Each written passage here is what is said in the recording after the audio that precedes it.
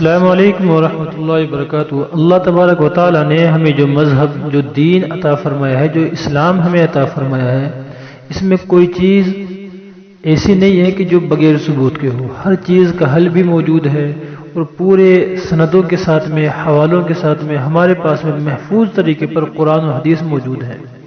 کوئی مسئلہ اگر درپیش ہے تو اس کا حل اس میں تلاش کیا جاتا ہے۔ علماء کرام جو اپنی پوری زندگی اس میں لگا رہے ہیں، وہ اس کا حل تلاش کر کے آسانی کے ساتھ میں بتلا دیتے ہیں۔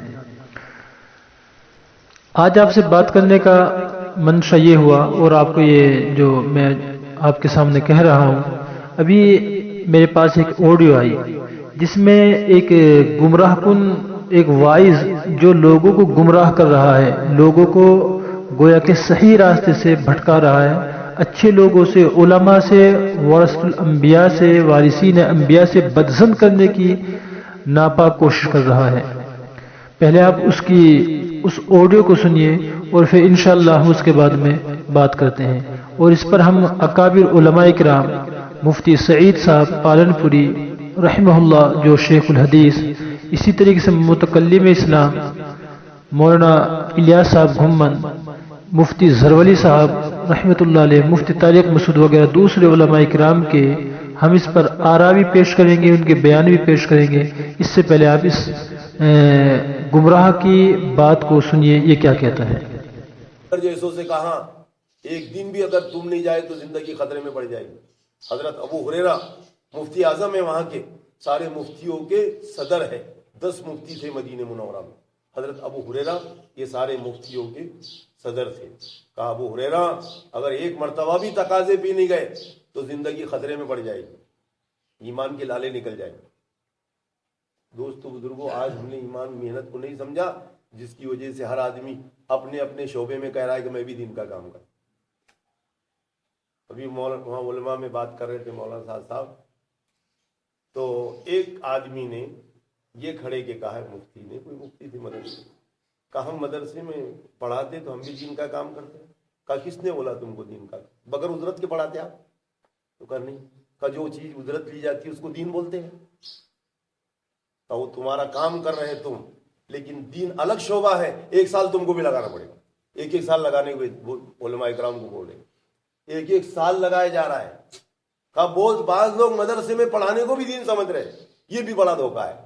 وہ اپنی ضرورت کے لیے پڑھا رہے، بھئی اپنی ضرورت پوری ہو رہی نا، بچوں کی ضرورتیں ہے، پگار ہے، اپنے شادیوں کا مسئلہ ہے، گھروں کا مسئلہ ہے۔ کہا یہ ضرورتیں پوری کرنا یہ شریعت ہے، لیکن اس کو دین سمجھ کے کہ میں بھی دین کا کام کر رہا، یہ دھوکہ ہے، یہ دھوکہ موت پہ کھل جائے گا۔ کوئی آدمی نماز پڑھ رہا تو کہہ رہا میں دیندار ہے، کسی نے آدمی نے مسجد بنا دیا تو کہا مسجد تو بغیر داڑھی والا بھی بنا دے گا، مسجد تو ایسا آدمی بھی بنا دے گا جو کبھی مسجد میں نہیں آتا۔ کیا کتنے لوگوں نے ایسے لوگوں نے مسجد نہیں بنائی جو مسجدوں میں نہیں آتے؟ ایسے لوگوں نے لاکھوں روپے نہیں دیے مدرسوں میں جو کبھی مدرسے کو نہیں دیکھتے۔ یہ تو بہت سے لوگ، ہندو لوگ بھی دان کر دیتے لاکھوں روپے، اور بھی کوئی کام میں دین کے، ان کے دین میں۔ یہ وہ بات ہے کہ اس طرح کی بات کہ یہ اجرت لے کر، وظیفہ لے کر، تنخواہ لے کر، یہ دین کا کام نہیں ہے، اسلام کا کام نہیں ہے، اس طرح کی باتیں صرف 2 آدمی کر سکتے ہیں۔ ایک تو وہ آدمی ہوتا ہے جو سیدھا سادہ ہے، اس کو پتہ نہیں ہے اور اس کے ذہن میں یہ بات ڈالی گئی یا آپ نے یہ بات سنی اور اس پروپگنڈے کا شکار ہو گئے۔ لیکن یہ تو ایک زیادہ خطرناک نہیں ہوتے، لیکن اصل جو خطرناک ہوتے ہیں وہ آستین کے سانپ نہیں بلکہ پورے کے پورے سانپ ہوتے ہیں،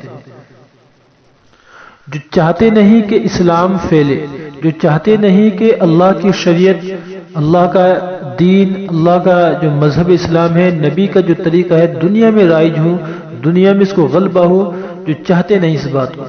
ظاہر بات ہے کہ کھلے عام تو یہ بات نہیں کہہ سکتے کہ اسلام کو مٹا دیا جائے، قرآن کو مٹا دیا جائے، لیکن وہ ایسے ہر زمانے میں سے حربیں اختیار کرتے ہیں، ایسی باتیں کہتے ہیں کہ ان کا مقصد بھی پورا ہو جائے اور ان کے اوپر ان کے دینی تقدس پر آنچ بھی نہ آئے۔ کسی چیز کو ختم کرنے کا سب سے آسان طریقہ یہی اپنایا جاتا ہے کہ اس کو حکومت سے کی سپورٹ سے الگ کر دیا جائے۔ اکبر بادشاہ نے جب اسلام کے خلاف گویا کہ ایک پلان بنایا اس کے وزراء نے مل کر، تو اس نے اس وقت زمانے میں جو عربی اور فارسی میں جو کتابوں کا ترجمہ ہوتا تھا، ہندی کتابوں کا بہت سارے جو کام ہوتے تھے عربی فارسی میں اسلام سے متعلق، ان لوگوں کے سب کے وظیفے بند کر دیے۔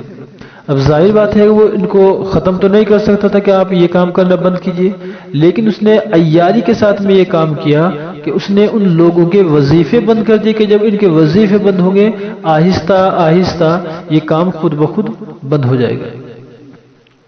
بہرحال تو سب سے پہلے یہ کہنا کہ یہ دین نہیں ہے، تو میں ان سائلز، ان کہنے والوں سے جو بھی ہے جہاں بھی ہے، میں یہ پوچھنا چاہتا ہوں کہ آیا آپ یہ مانتے ہیں کہ اللہ کے نبی علیہ الصلوۃ والسلام اور آپ کے صحابہ ہمارے لیے معیار ہیں، کسوٹی ہے نہیں ہے؟ اگر کسوٹی ہیں اور آپ بھی ان کو نبی اور رسول مانتے ہیں، آپ بھی ان کو صحابہ مانتے ہیں، آپ بھی اسلام کے فالو کرنے والے ہیں، تو آپ ایسی باتیں کس ثبوت کے بیس پر کہہ سکتے ہیں؟ کیا بیس ہے، کیا ثبوت ہے، کیا پرمان آپ کے پاس میں ہے؟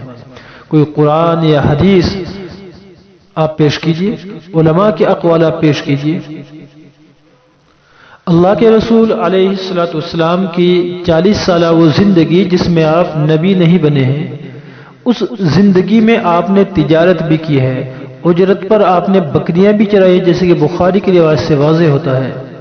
لیکن جب آپ نبی بنتے ہیں، آپ رسالت کے منصب پر فائز ہوتے ہیں 40 سال کے بعد، پھر سیر کی کتابوں میں یا حدیث میں ہمیں کہیں صراحتاً نہیں ملتا ہے، نہ اشارتاً ملتا ہے کہ آپ نے پھر کوئی کاروبار کیا ہو۔ تو پتہ یہ چلا کہ جب آپ کے اوپر مسلمانوں کی ذمہ داریاں آن پڑی ہیں، پھر آپ نے کاروبار کو، دنیا کے کام کو چھوڑ دیا ہے، لیکن اس سے پہلے آپ نے کام کیے ہیں۔ پھر آپ کا گھر کا خرچہ کیسے ہوتا تھا وہ آپ جانتے ہیں کہ صحابہ کرام جو ہدایہ پیش کرتے تھے یا بعد میں جہاد کے ذریعے سے جو آپ کی آمدنی ہوتی تھی، اسی سے گھروں کے خرچ چلا کرتے تھے۔ اس لیے کہ جو آدمی مسلمانوں کے کسی قوم کے جن لوگوں کے کام میں ہر وقت مصروف ہے، تو ان لوگوں کی ذمہ داری ہے کہ وہ اس کی دیکھ بھال کریں، اس کے کھانے پینے کا ہر ضرورت کا اس کا خیال رکھیں۔ اللہ کے رسول علیہ الصلوۃ والسلام کے بعد میں جب دور صدیقی آتا ہے، حضرت صدیق اکبر خلیفہ بنتے ہیں، تو آپ رضی اللہ تعالیٰ عنہ خلافت کے زمانے میں اپنے تجارت کرنا چاہتے ہیں۔ حضرت فاروق اعظم نے فرمایا کہ حضرت اگر آپ تجارت کریں گے یا بزنس کریں گے تو پھر جو خلافت کی ذمہ داری کون انجام دے گا؟ مسلمانوں کے جو مسائل ہے ان کو کون حل کرے گا؟ بخاری شریف کی روایت میں ہے، وہ اس کا ترجمہ سنیے۔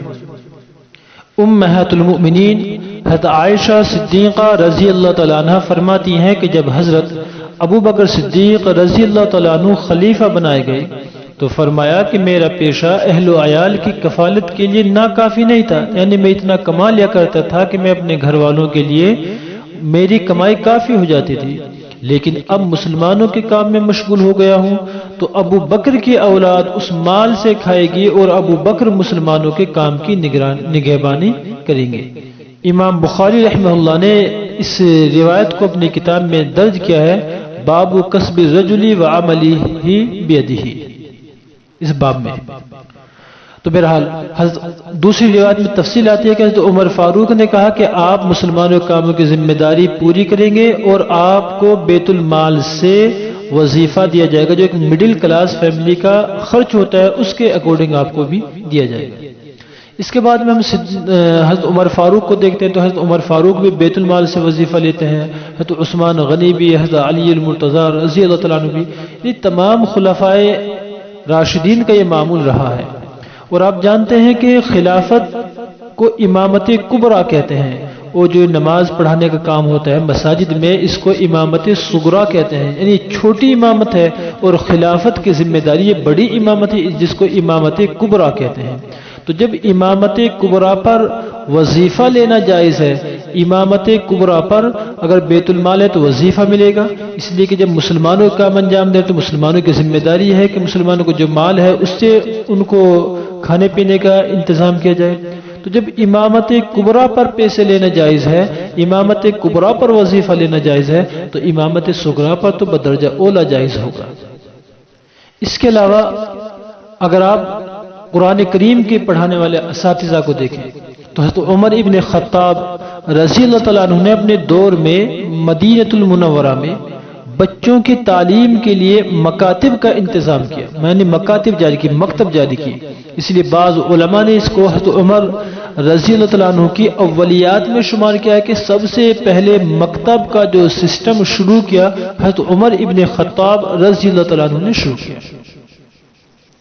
کنز العمال کی روایت میں صراحتاً موجود ہے کہ مدینہ المنورہ میں 3 معلم بچوں کو تعلیم دیتے تھے، قرآن کریم پڑھایا کرتے تھے، دینی تعلیم دیتے تھے، اور حضرت عمر رضی اللہ تعالیٰ عنہ ان میں سے ہر ایک کو ہر مہینے 15 درہم دیا کرتے تھے ان کے کھانے پینے کے لیے۔ تو پتہ چلا کہ جب وہ بچوں کو مستقل پڑھا رہے ہیں تو اب وہ کمائیں گے کہاں سے؟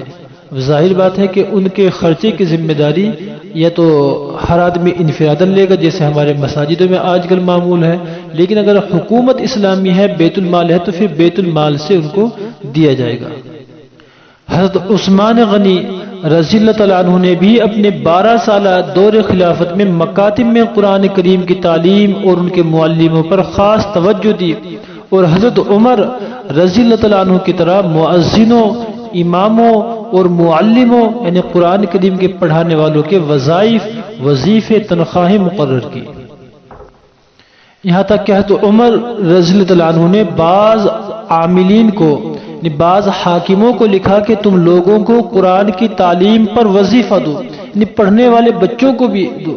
اس پر جو حاکم تھے انہوں نے لکھا کہ حضرت آپ جو کہتے ہیں کہ تعلیم قرآن پر لوگوں کو وظیفہ دیا جائے تو اس سے ایک خدشہ ہے کہ ایسی صورت میں وہ لوگ بھی قرآن کریم کی تعلیم حاصل کریں گے جن کو تعلیم قرآن کے بجائے وظیفے میں رغبت ہوگی، یعنی جو پیسے کے لیے پڑھیں گے۔ حضرت عمر رضی اللہ عنہ نے اس کے جواب میں لکھا کہ تم ان کو شرافت و مروت اور صحابیت کے نام پر وظیفہ دو، لیکن دو ضرور۔ حضرت عمر ابن عبدالعزیز رحمہ اللہ نے بھی اپنے دور خلافت میں یہ حکم جاری کیا کہ طالب علموں کو جو اسٹوڈنٹس ہیں ان کو وظیفہ دیا جائے، اسکالرشپ دی جائے اور ان کو طلب علم کے لیے فارغ کر دیا جائے۔ تو جب ایک پڑھنے والے بچے کے لیے حکم یہ دیا جا رہا ہے تاکہ وہ فارغ ہو کر یکسو ہو کر دینی تعلیم حاصل کر سکے، تو جو پڑھانے والا ہے اس کے لیے بھی ظاہر بات ہے کہ وہ یکسو جب ہوگا جب اس کی ضرورت پوری ہوگی، اس وقت میں وہ بے فکر ہو کر محنت کے ساتھ میں، شوق کے ساتھ میں بچوں کو بھی پڑھائے گا اور دوسرے امور بھی انجام دے گا۔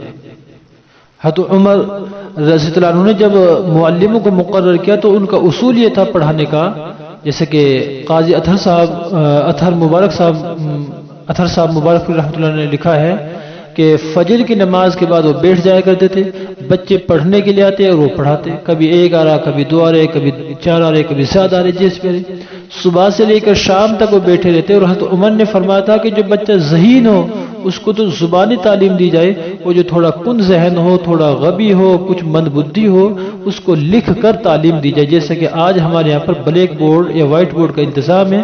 یہ تو عمر رضی اللہ عنہ کی گویا کہ ایجاد ہے۔ پھر بعد میں اس میں تخفیف کرائی گئی کہ حضرت وہ پورے دن بیٹھے رہتے ہیں تو تھک بھی جاتے ہیں، تو پھر حکم یہ ہوا کہ فجر کی نماز سے لے کر 10-11 بجے تک اور پھر اس کے بعد ظہر سے عصر تک تعلیم دی جائے، جو آج ہمارے مدارس میں سسٹم رائج ہے۔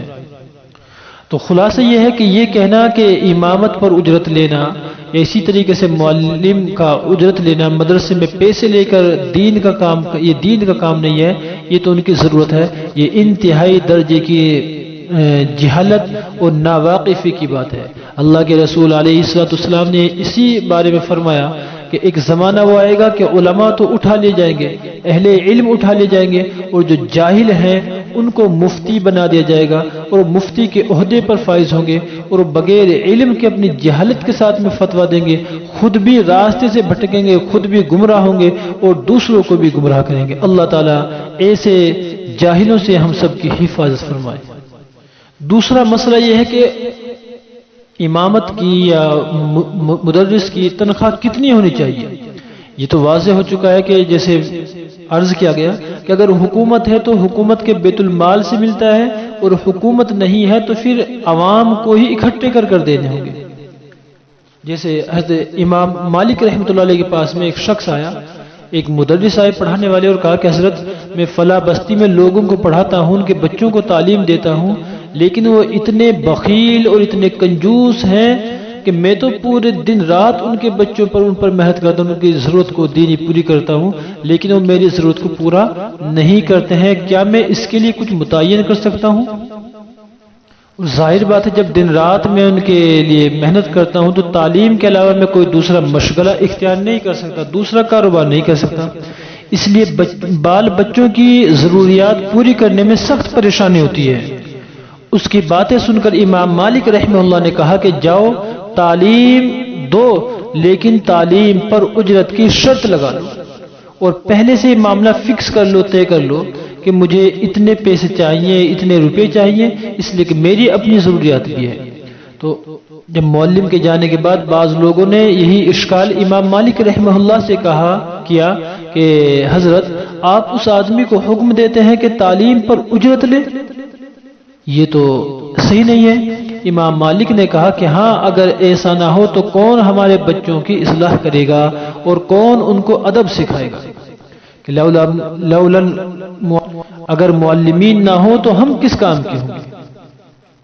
تو یہ کہنا کہ تعلیم قرآن پر اجرت لینا یا امامت پر اجرت لینا یہ بات وہی کہہ سکتا ہے جو اسلام کو مٹانا چاہتا ہے، اسلام کو برباد کرنا چاہتا ہے، لیکن ڈائریکٹ تو یہ بات نہیں کہہ سکتا، لیکن انڈائریکٹلی بات کہتا ہے۔ مثال کے طور پر آپ دیکھ لیجیے، اگر یہ اجرتیں آپ جو تنخواہ اگرچہ وہ ہوتی ہیں بہت معمولی ہوتی ہیں، بہت ہی معمولی ہوتی ہیں، جو بالکل قابل شرم ہے، لیکن اگر یہ بھی بند کر دی جائے تو امیر لوگ تو پہلے ہی اپنے بچوں کو نہیں پڑھاتے ہیں، بس قرآن کریم حد سد پڑھا لیا، ایک تھوڑی بہت اردو سے واقفیت ہو گئی، شناخت ہو گئی، بس اس کے بعد وہ اپنی دنیاوی تعلیم کی طرف چلتے ہیں۔ لیکن جو غریب اپنی اولاد کو پڑھاتے ہیں، اس معنی کر کے اسکولی تعلیم تو اس لیے نہیں دے سکتے کہ ان کی گنجائش سے باہر ہوتا ہے، اور دینی تعلیم وہ دیتے ہیں۔ اب جب انہیں یہ معلوم ہوگا کہ دینی تعلیم پڑھ کر میرا بچہ پھر بھی مجبور ہوگا کہ نہ اس کو دنیا کی تعلیم ملے گی جس سے وہ کوئی ہنر سیکھ سکے یا کچھ روپیہ کما سکے، اور دینی تعلیم پڑھ کر اس کو کچھ بھی نہیں ملے گا، تو ظاہر بات ہے کون اپنے بچے کو تعلیم دے گا؟ پھر تو بس یہی ہوگا، جو دیندار بھی ہوں گے وہ بھی سمجھیں گے کہ بس اپنے بچوں کو قرآن کریم پڑھایا جائے، کچھ رسائل پڑھا لے جائے دینیات کے، جس سے دینی سدبد پیدا ہو جائے، دینی کچھ سمجھ پیدا ہو جائے، پھر اس کے بعد میں اپنے دنیاوی کاروبار میں لگایا جائے، دنیاوی تعلیم میں لگایا جائے۔ تو آہستہ آہستہ اس طرح دین خود بخود ختم ہوتا چلا جائے گا، صرف قرآن اور حدیث رہ جائیں گی، کتابوں میں دین کی باتیں رہ جائیں گی، لیکن سینوں سے دین نکل جائے گا۔ بہرحال ہو نہ ہو میں یہ تو نہیں کہہ سکتا کہ جو اس آدمی نے، اس وائز نے یہ بات کہی ہے کہ اس کا منشا یہی ہے اسلام ختم کرنا، لیکن زد اسلام پر اس کی پڑتی ہے۔ اس کے کہنے سے اگر اس پر عمل ہوتا ہے تو اسلام کا ہی پر اس کی زد پڑتی ہے، اور گویا کہ وہ اسلام کو ختم کرنا چاہتے ہیں۔ اور جن بعض اکابر نے، علماء نے تعلیم قرآن پر اجرت لینے کو پہلے منع کیا تھا، تو ظاہر بات ہے کہ وہ منع اس معنی کا تھا، جیسے مثال کے طور پر ایک حاکم ہے، ایک سرکاری ٹیچر ہے، اس کو حکومت کی طرف سے پیسے ملتے ہیں کہ آپ کو اتنا وظیفہ ملے گا، نوکری ملے گی، آپ بچوں کو پڑھائیے۔ اب حکومت کی طرف سے بھی اس کو پیسہ ملتا ہے، اور پھر وہ اسکول میں آ کر بچوں کو پڑھاتا ہے، ان سے بھی پیسے لیتا ہے، تو اب کہا جائے گا کہ یہ غلط ہے۔ نہیں، جب تم پڑھا رہے ہو تو تم پڑھانے کی اجرت بچوں سے نہیں لے سکتے، کیونکہ تمہیں حکومت کی طرف سے مل رہا ہے۔ اسی طریقے سے پہلے جو علماء ہوتے تھے، پہلے جو دیندار ہوتے تھے، حکومت کی طرف سے بیت المال سے ان کو ان کی ضروریات کے مطابق ملتا تھا، تو ان کو کہا جاتا تھا کہ تم اب پڑھانے پر اجرت کیوں لیتے ہو۔ لیکن جیسا کہ امام مالک کے قول سے، امام مالک کے واقعے سے واضح ہوا ہے کہ جہاں پر حکومت کی طرف سے ان کو وظیفہ نہیں ملتا تھا، اور جن لوگوں کے بچوں کو پڑھاتے تھے وہ بھی دھیان نہیں دیتے تھے، تو امام مالک نے فتویٰ دے دیا کہ تم پہلے سے متعین کر لو، تاکہ پھر بعد میں تمہیں بھی پریشانی نہ ہو اور سامنے والے کو بھی پریشانی نہ ہو۔ اسی لیے متقدمین میں سے بعض لوگ، احناف کا یہی مسئلہ ماننا تھا کہ اجرت لینا جائز نہیں ہے، لیکن جب دیکھا کہ لوگ کنجوس ہو چکے ہیں، لوگوں کے اندر بخیلی آ گئی ہے، تو پھر متاخرین نے 200-300 سال کے بعد ہی یہ فتویٰ دے دیا، اپنی رائے سے رجوع کر لیا کہ تعلیم قرآن پر پیسے لینا جائز ہے۔ اب وہ امام ابو حنیفہ رحمہ اللہ کی طرح کے لوگ نہیں ہیں کہ اپنے بچے کہ الحمد کی صورت پورا کرنے پر استاذ کو 500 دینار دیتے ہیں اور کہتے ہیں کہ استاذ محترم آپ نے میرے بچے کو سورہ فاتحہ پڑھائی ہے، میرے پاس صرف یہی ہے، ابھی اگر اس سے بھی زیادہ ہوتا ہے میں وہ بھی تمہیں عطا کرتا۔ آج کے بچوں کا پورا قرآن پڑھا لیجئے، اس کو حافظ قرآن بنا دیجئے، عالم دین بنا دیجئے، حد صدا وہ کیا دے گا؟ 1000 2000 10 20 ہزار روپے۔ لیکن امام ابو حنیفہ رحمہ اللہ جانتے تھے کہ اس کی قدر کیا ہونی چاہیے کہ صرف الحمد کی صورت پڑھانے پر 500 دینار استاذ کو ہدیے و تحفے میں دیتے ہیں۔ تو ان کو کہنے کا یہ حق تھا، بالکل وہ بالکل بجات ہے کہ تعلیم قرآن پر اجرت لینا جائز نہیں ہے۔ ان کے تو ذہن و خیال میں بھی شاید یہ بات نہ ہو کہ جن بچوں کو استاذ کوئی پڑھائے تو ظاہر بات ہے وہ خود استاذ کی ضروریات کا خیال رکھیں گے، لیکن وہ کیا جانتے تھے کہ لوگ ایسے بخیل و کنجوس بھی ہوں گے کہ اپنے بچوں کو پڑھوائیں گے بھی، نمازوں کو بھی پڑھوائیں گے، نکاحوں کو بھی کروائیں گے، ساری ضروریات کے کام ان سے کروائیں گے، لیکن ان کی ضرورت کا خیال نہیں کریں گے، بلکہ الٹا چاہیں گے کہ ان کو بھوکا مار دیا جائے۔ اسی لیے بعض کے اکابر نے علماء نے کہا کہ اب زمانہ وہ لوگ نہیں ہیں کہ حکومت سے بھی نہیں ملتا ہے اور لوگ بھی خیال نہیں کرتے ہیں، اس لیے جائز ہے، بلکہ لینا ان کے لیے بالکل ثواب کی چیز ہے۔ اور یہ کہنا کہ یہ دین نہیں ہے، ہو سکتا ہے وہ کون سے دین کی بات کرتے ہوں، ان کا کوئی الگ دین ہو، لیکن دین اسلام کی ہی بات ہے، اللہ کے نبی علیہ السلام اور صحابہ کا طریقہ یہی ہے۔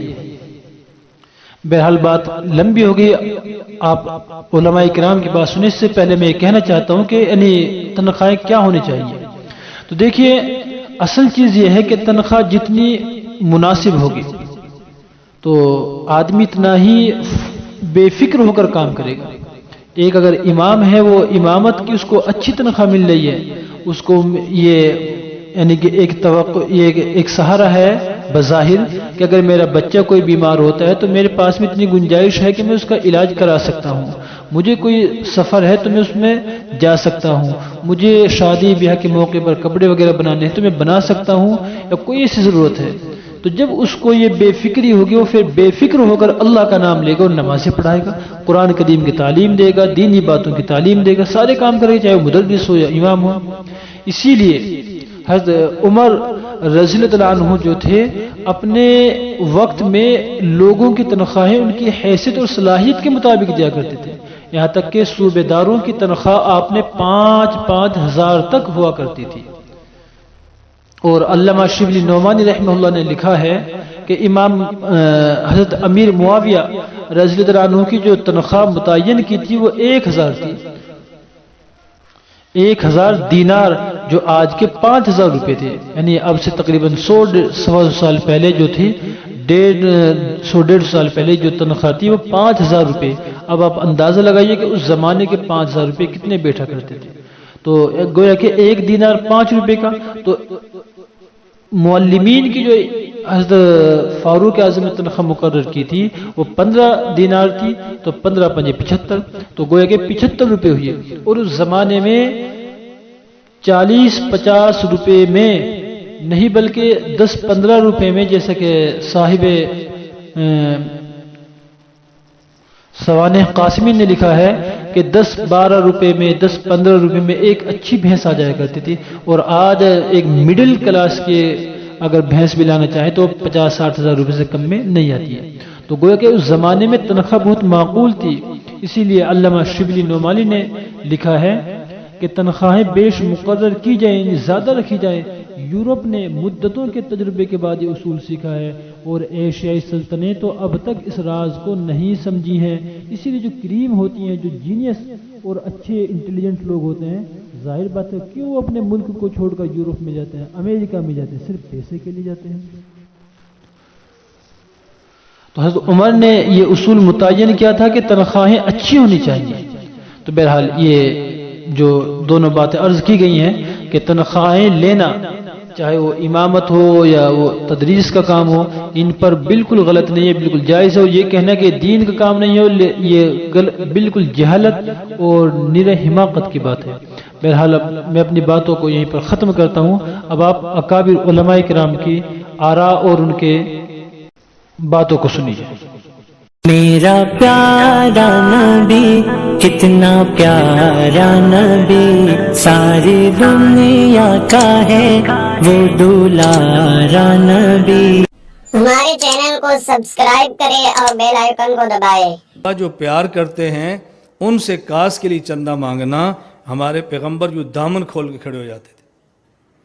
اللہ کے رسول صلی اللہ علیہ وسلم سے بڑا متوکل کون ہے؟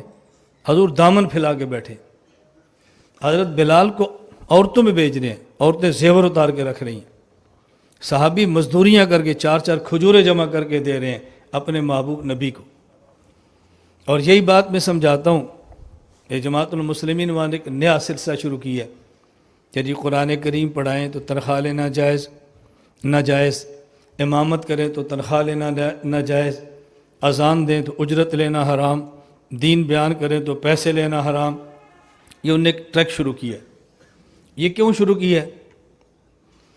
فیکٹری کے مالک نے اور اس کے بیٹے نے عالم بن کے جمعہ پڑھانا نہیں، اور جس نے جمعہ پڑھانا ہے وہ غریب ہے، اس کو تنخواہ دینی نہیں، تو جمعہ پڑھائے گا کون؟ ذمہ دار کے بیٹے نے تراویح پڑھانی نہیں، غریب کے بیٹے نے پورا دن قرآن پڑھ کے شام تراویح پڑھانی ہے، اس کو پیسے دینے نہیں، قرآن پڑھائے گا کون؟ عید کا دن ہوگا، آپ نے اپنی بیٹی کو سوٹ دے دیے، اپنے بچوں کو پیسے دے دیے، بیگم کو آپ نے ہدیہ دے دیا، اور یہ جو پورا مہینہ دن کو قرآن پڑھتا ہے، محنت کرتا ہے، رات تراویح پڑھاتا ہے، یہ عید کے دن گھر جائے گا، بیگم کہے گی عیدی سورہ بقرہ کا ثواب تمہیں دیتا ہوں، بچے کہتے ہیں ابو کپڑے سورہ آل عمران کا ثواب تمہیں دیتا ہوں، ابو سویاں سورۃ الکوثر کا ثواب تم لے لو۔ اب جتنی بڑی ڈیمانڈ ہے اسی کے حساب سے ثواب دینا ہے نا، تو اس سے تو عید نہیں ہوتی۔ یہ دیکھو کتنا بڑا پلان ہے دین کے خلاف، اور عنوان کتنا اچھا ہے کہ یہ دین پر پیسے، یہ تو دنیا داری ہے۔ تم میں اور کالج والے میں کیا فرق ہوا؟ تم میں مزدور میں کیا فرق ہوا؟ وہ دنیا پر پیسے، تم دین پر پیسے، کیا فرق ہوا؟ کیسا اچھا ترتیب، ایسے لیبل کتنا اچھا لگایا کہ ہر بندہ فوراً قبول کر رہا ہے، فوراً قبول کر رہا ہے۔ مجھے ملتے رہتے ہیں، میں نے کہا یار جو تمہارا جسے کہ لاجک، یہ ٹیکنیکل پوائنٹ اور کامن سینس کی باتیں میں نے کہا کریں گے، ذرا اس کو بعد میں کریں، پہلے دلیل قرآن ہوتی ہے، قرآن پیش کرو۔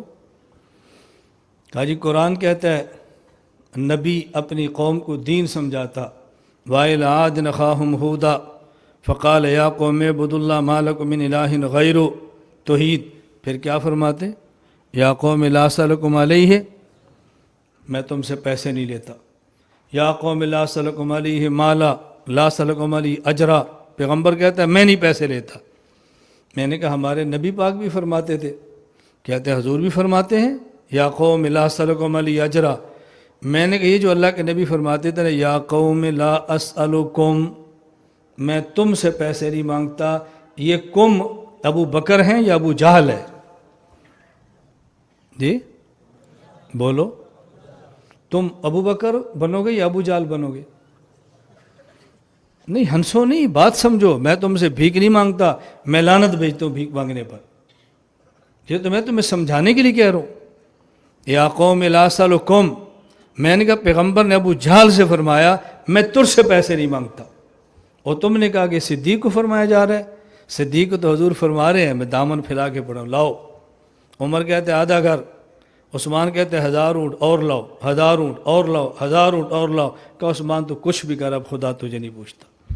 حضرت صدیق آئے حضور میں سارا مال لایا ہوں، میں نے کہا حضور تو مانگ رہے ہیں، نبی پاک نے کہا ابو جہل سے نہیں مانگتا، تم نے سمجھا کہ ابو بکر صدیق سے نہیں مانگتا، اور غیروں سے نہیں مانگتے، اپنوں سے مانگتے ہیں۔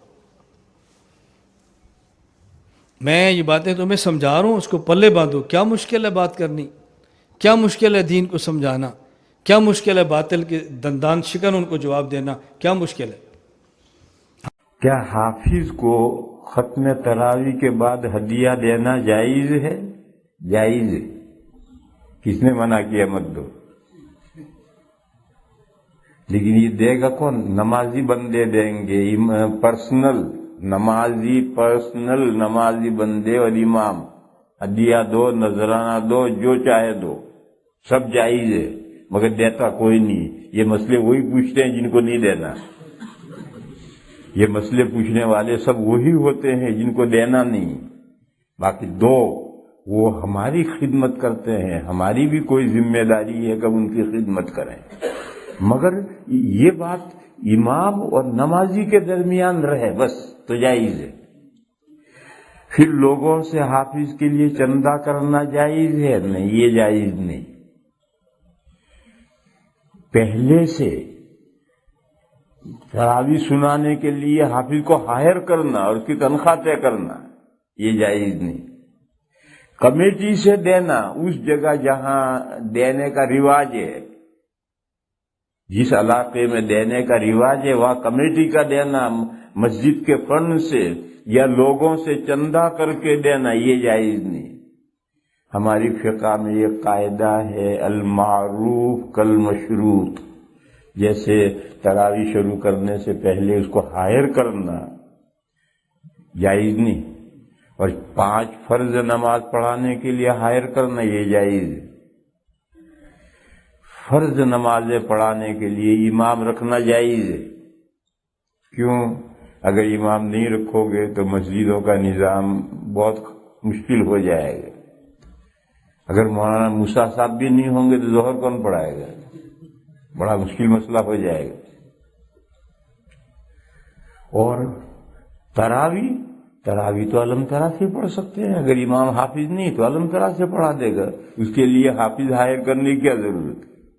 بہرحال تراویح کی امامت یعنی قرآن پاک کے ذریعے سے امامت، قرآن سنانا تراویح میں، اس کے لیے امام کو ملازم رکھنا، نوکر رکھنا، ہائر کرنا، یہ کوئی شرعی ضرورت نہیں ہے، دینی ضرورت نہیں ہے، اس کے بغیر بھی تراویح پڑھی جا سکتی ہے علم ترا کیفیہ سے۔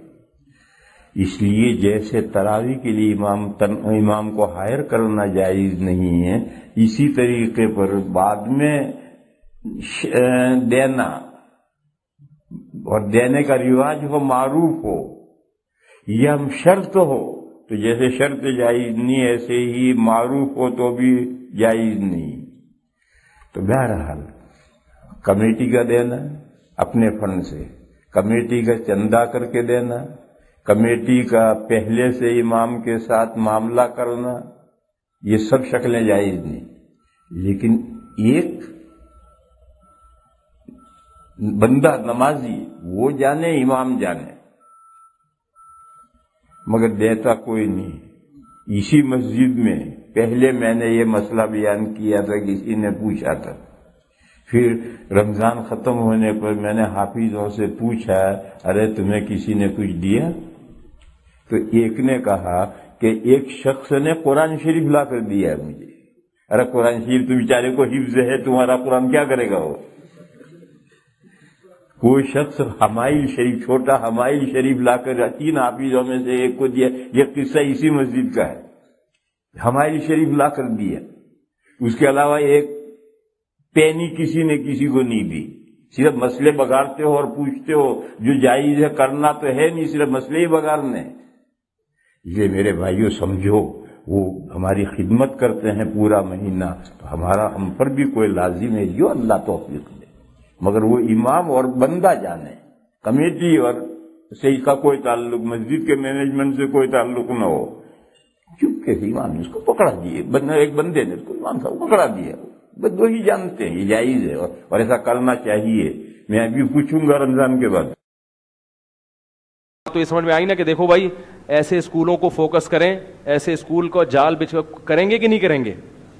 بزنس بھی ہے، اس کو کاروبار بنائیں، فی سبیل اللہ نہیں کریں یہ کام۔ بعض لوگ کہتے ہیں میں فی سبیل اللہ، یہ بھائی فی سبیل اللہ نہیں کرو، اللہ کا واسطہ۔ علماء یہ کہتے ہیں کہ اس زمانے میں دینی کاموں پہ اجرت لینا یہ بہتر ہے، سمجھ رہے؟ فری پھوکٹ میں جب کوئی کام کریں گے تو کام بولو بھائی نہیں ہوگا۔ میرے پاس ایک صاحب آئے، وہ کوئی یتیموں کا کوئی ٹرسٹ تھا، اس کے لیے کسی نے پیسے دیے کاروبار میں، ٹرسٹ کے لیے پیسے دیے کئی لاکھ روپے، کسی شخص کسی تاجر کو دیے، اور یہ کہا کہ تم جو ہے نا کنٹینر خریدو ان پیسوں سے، اور اس کنٹینر سے جو کرایہ آئے گا تو یہ یتیم خانے میں دے دیا کرو, تاکہ میرا ایک ہمیشہ کے لیے سلسلہ, بولو بھائی, شروع ہو جائے. ہمیشہ کے لیے کیا ہو جائے گا؟ ایک سلسلہ شروع ہو جائے گا. تو وہ تاجر میرے پاس آیا کہ میں کنٹینر خرید رہا ہوں, یتیموں کے لیے پیسے آئے ہیں, اس کا اپنا کنٹینر کا کام ہے, تو میں یہ کنٹینر خرید کے رینٹ پہ دوں گا, جتنا کرایہ آئے گا جب تک یہ کنٹینر چلتا رہے گا. یہ کہاں جائے گا کرایہ؟ میں نے کہا ایک بات یاد رکھو, آپ 2 کنٹینر خریدو. جو میں کہنا چاہ رہا ہوں اس مثال سے سمجھ میں آئے گی. میں نے کہا ایک کے بجائے کتنے خریدو, کیونکہ آپ کا کنٹینر کا کام ہے نا. وہ 2 کنٹینر میں, ان میں ہر ایک کنٹینر آدھا آپ کا ہوگا, آدھا یتیموں کے سینٹر کا ہوگا. ٹھیک ہے. مثال کے طور پر 40 لاکھ کا کوئی کنٹینر خریدنا ہے, تو 20 لاکھ اپنے ڈالو اور 20 لاکھ یتیموں کے ڈالو اس میں. دوسرا جو 20 وہاں سے بچے تو اگلا کنٹینر بھی آدھا آپ کا ہوگا, آدھا یتیموں کا ہوگا. تو ایک کے بجائے کتنے کنٹینر چلیں گے؟ 2. ارننگ جو آئے گی آدھی آپ کی ہوگی, آدھی بول لو یار, اس میں یتیموں کو بولنے میں کیا جا رہا ہے, یتیموں کے لیے جائے گی. تو اس نے کہا یہ کیا بات ہوئی؟ بات بھائی ایک میرا چلے گا, ایک کنٹینر ایک یتیموں کا چلے گا, تو اچھا ہے نا, وہاں کی آدھی ارننگ میری آدھی. میں نے کہا نا نا, یہ حماقت نہیں کرنا. ہوگا یہ کہ جب ایک خالص یتیموں کا ہوگا تو پھر وہ یتیموں کی طرح ہی چلے گا, کیونکہ جو فی سبیل اللہ کام ہوتا ہے وہ پھر ایسا ہی لنگڑا لولا ہی ہوتا ہے آج کل. وہ کنٹینر کراچی سے پشاور پہنچنے میں 3 سال لگا دے گا, اور آپ کا جو کنٹینر ہے نا وہ فوراً پہنچ جائے گا. ٹھیک. حالانکہ وہ دیندار ہیں, نیک ہیں, نمازی ہیں, پرہیزگار ہیں, کہہ رہے ہیں یار میں خیانت نہیں کروں گا. میں نے کہا جو مشورہ آپ مجھ سے مشورہ لینے آئے ہو, جو میں کہہ رہا ہوں وہ کرو آپ, ورنہ جو آدمی آپ کو کنٹینر لے کے دے رہا ہے میں اس کو کال کر کے منع کر دوں گا, اس کو کنٹینر بولو بھائی نہ لے کے دو. کہہ رہا چلو ٹھیک ہے. اب شیطان نے دوسرا حملہ کیا کہ جو یتیموں کا کنٹینر ہوگا آدھا یتیموں کا, آدھا میرا, اس کا میں پروفٹ نہیں لوں گا. وہ پروفٹ بھی سارا کس کے لیے وقف ہے؟ میں نے کہا یہ بھی شیطان کا حملہ ہے. جب تک اپنا ذاتی مفاد آپ کا وابستہ نہیں ہوگا بزنس سے, آپ مولویوں کی ترغیبوں پہ 4 دن ہی چل پاؤ گے. قرآن و حدیث 2-4 دفعہ حدیثیں ذہن میں آئیں گی, اس کے بعد آپ کیا پڑ جاؤ گے؟ ڈھیلے. کیونکہ دل بدلتے ٹائم نہیں لگتا. ابھی جنت میں جانے کا جذبہ ہے, کل کوئی اللہ نہ کرے فلم دیکھ لی, جذبہ کیا ہو گیا؟ یہ تو ہمارے جو دینی جذبات ہیں یہ تو 2 منٹ میں اوپر 2 منٹ میں دھڑام سے نیچے. میں نے کہا اپنی ٹانگ اڑاؤ, تاکہ جب اس کنٹینر کا ٹائر پنچر ہوگا تو آپ بھی پنچر ہو جاؤ گے. سمجھ رہے ہو؟ اور اپنا پیسہ لگا ہوا ہوگا, آپ کو ڈر ہوگا اگر یہ الٹ گیا تو آدھا میں بھی الٹوں گا اس کے ساتھ. سمجھ رہے ہو؟ آدھا میں خود بھی الٹوں گا اس کے ساتھ. اس لیے میں کہتا ہوں کہ جب آپ ایسے اسکول کھولیں گے تو اس کو باقاعدہ بزنس بنائیں, زکوٰۃ فطرانے پہ مت چلائیں, بزنس بنائیں تاکہ آپ کو اس میں دلچسپی ہو, پیسہ لگاؤ آپ کا اس میں, آپ کی دل کی دھڑکنیں اسکول کے ساتھ دھڑکتی ہوں. سمجھ رہے ہیں؟ جب رزلٹ خراب آئے تو آپ پریشان ہو جاؤ گے, یار میرا تو بزنس تباہ ہو گیا. ہندوستان میں جو دین بچ گیا وہ اس لیے کہ علماء نے یہ فتویٰ دیا تھا کہ علماء کو اس وقت, کیونکہ انگریز نے علماء ختم کر دیے تھے, مدارس ختم کر دیے تھے, تو ہمارے اکابر نے فتویٰ یہ دیا کہ علماء کی روٹی دین سے جب تک وابستہ نہیں ہوگی یہ دین کا کام نہیں کریں گے. اس لیے انہوں نے کہا اماموں کو تنخواہیں دی جائیں, مؤذن کی تنخواہ ہو, مدرسے میں مدرس کی تنخواہ ہو. اب آپ یہ کہیں گے بھئی پھر ثواب تو نہیں ملے گا. ملے گا. ثواب کس پر ملتا ہے؟ نیتوں پر ملتا ہے. آپ تنخواہ لے بھی اس نیت سے رہے ہو تاکہ آپ دین کا کام پابندی سے کر سکو, کیونکہ اگر آپ اس میں تنخواہیں نہیں لوگے آپ کو کمانے کے لیے دوسرے راستے ڈھونڈنے پڑیں گے. میں اپنے دینی مدارس کے طلبہ سے کہتا ہوں دیکھو اللہ نے تمہیں نوازا ہے, تمہاری روٹی اللہ نے دین کے ساتھ وابستہ کر دی ہے, تم کچھ اور کر ہی نہیں سکتے. یہ اللہ کی بہت بڑی نعمت ہے کہ تم تو اللہ نے دین کے لیے تمہیں ایسا منتخب کیا کہ تم اللہ سے کہو گے اللہ میرے پاس تو اس کے علاوہ کوئی آپشن تھا ہی نہیں. اب فضیلت اس میں ہے. دین سے روٹی کا مطلب یہ نہیں کہ غلط غلط باتیں بتا کے یہودیوں کی طرح روٹیاں لی جائیں, یہ مطلب نہیں ہے. یعنی جو ان کی وظیفہ ہے, جو ان کی آمدن ہے, وہ کس سے منسلک کر دے اللہ تعالیٰ؟ دین سے, جس کو پروفیشنل مولوی کہا جاتا ہے. سمجھ رہے ہیں نا؟ تو یہ پروفیشنل مولوی نہ ہوتے, میں اگر یہاں نہ بیٹھا ہوا ہوتا, میرے سارا گھر کا خرچہ اسی امامت کی تنخواہ اور یہ مدرس تدریس پہ موقوف ہے, میں چھوڑ ہی نہیں سکتا یہ. میں اگر شارٹ ہو گیا تو بچے مجھے گھر سے باہر نکال دیں گے, اور میں جان کر ایسا کرتا ہوں. حالانکہ اللہ نے مجھے صلاحیت دی ہے, میں بہت سارے دوسرے کام بھی کر سکتا ہوں. آپ یہ نہ سمجھیں کہ ہم کسی اور کام کے, میں کاروبار بھی کر سکتا ہوں, بہت اچھا کر سکتا ہوں. کیوں نہیں کرتا؟ اگر کرتا بھی ہوں تو دوسروں سے کرواتا ہوں, خود نہیں کرتا. اس لیے مجھے پتا ہے اگر مجھے کاروبار کا چسکا لگ گیا تو جمعہ اور اتوار کا بیان گیا. ٹھیک ہے, کیونکہ کاروبار میں پیسہ آتا ہے ٹھیک ٹھاک, اور جب مزہ آتا ہے نا کاروبار میں, بزنس جب آپ محنت کرتے ہیں اور ارننگ ہوتی ہے تو پھر دل چاہتا ہے کہ یار یہ چھوڑو امامت شمامت, نماز پڑھنا فرض ہے نا تو پڑھ لیں گے کسی بھی مسجد میں, جان کر نہیں آتے ہم اس طرف. اور اسی وجہ سے میں نے دنیاوی تعلیم بھی زیادہ تعلیم حاصل کی ہے, دنیاوی بھی دینی بھی.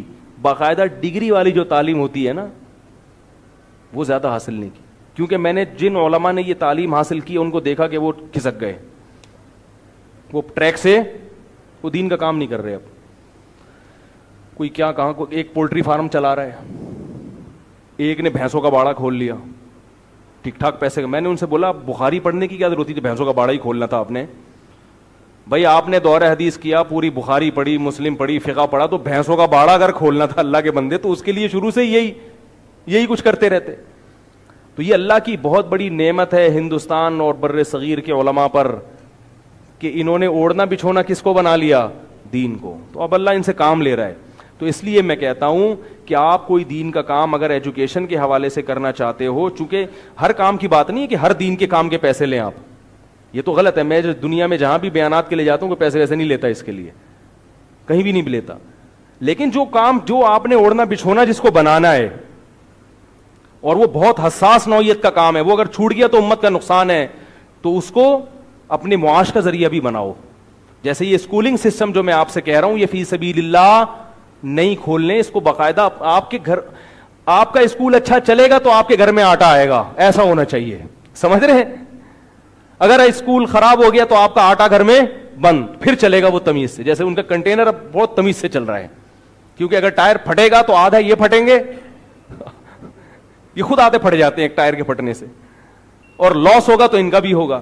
غریب تراویح میں تھوڑا بہت انعام و اکرام کوئی کرتا ہے, یہ من نائل للخیر اس کو روکتے ہیں. اور تمہارے فتوے مجھے معلوم ہے, یہ تم جن کا نام لے رہے یہ چھوٹے, ان کے بڑوں نے بھی لکھے, وہ غلط لکھا ہے. پیغمبر کے خلاف فتوی امتی نہیں دے سکتا. پیغمبر نے بخاری میں کہا ہے بہترین اجرت وہ ہے جو تمہیں تعظیم و تکریم قرآن کے سلسلے میں ملے. یہ تمہارے اوپر آہنی تلوار نبی کی لٹکی ہوئی ہے, تمہیں آواز دے رہی ہے کہ ان گندے فتوے سے پیچھے ہٹو.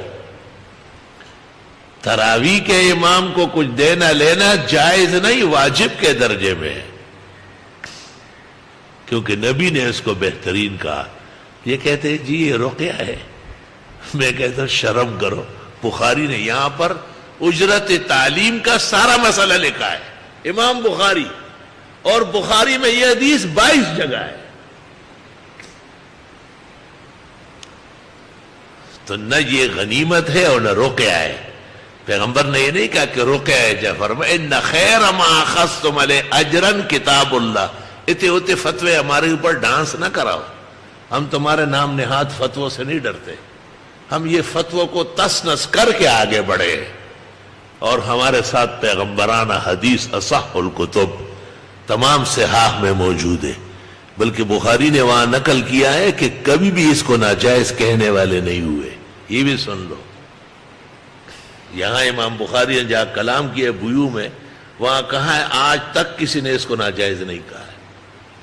اس زمانے میں تعلیم کی اجرت تھی, ہمارے زمانے میں قرآن خوانی کی ہے, یا حافظ قرآن تراویح میں سناتے ہیں, وہ بابا خوب دو, اتنا دو کہ اگلے سال تک حافظ صاحب سائے پہ بیٹھے رہے, وہ اور اس کے بال بچے کھائے.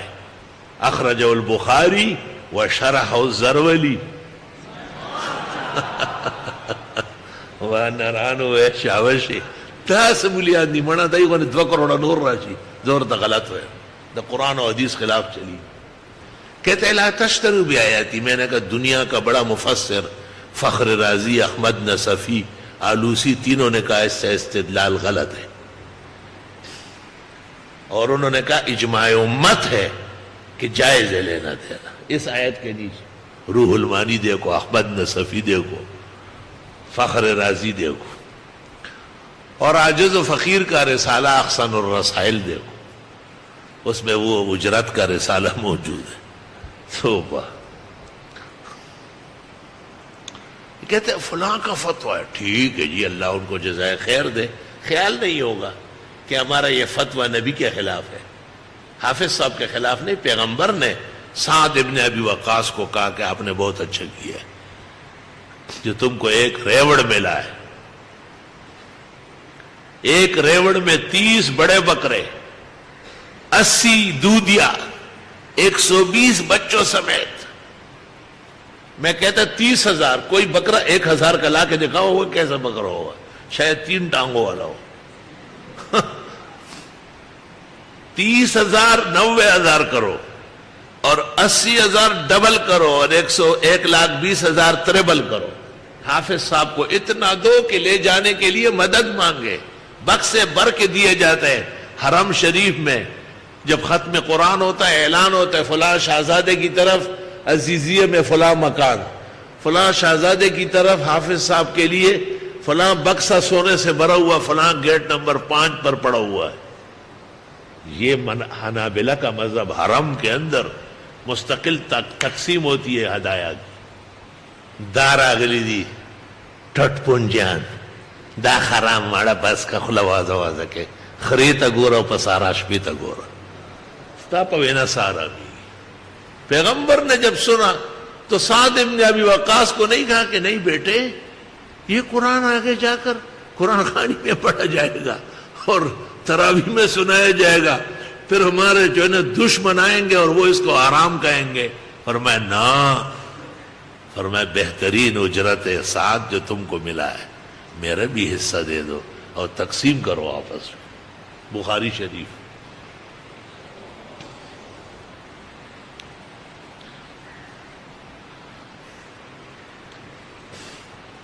آخری بات یاد رکھو، ہمارے آپ کو یہ خیال ہوگا کہ ہمارے مولانا اس مسئلے میں اپنے لوگوں کی مخالفت کرتے، تو آپ میں 2-3 باتیں کرتا ہوں.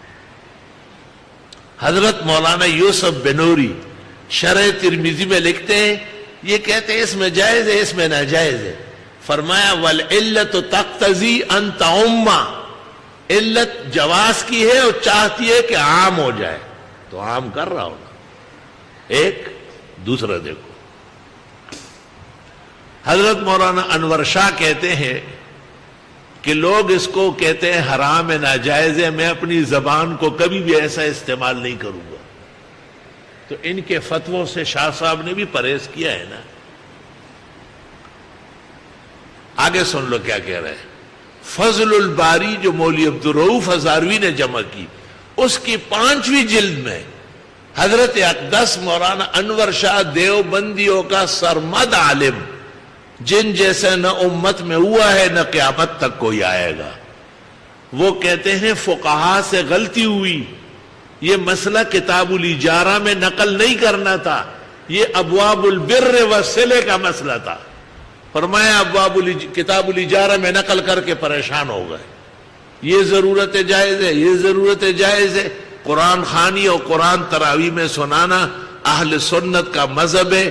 معتزلہ و خوارج اور روافض کے مقابلے میں یہ اس سے بڑھ کر ضرورت ہے. والحمدللہ علی ھذا.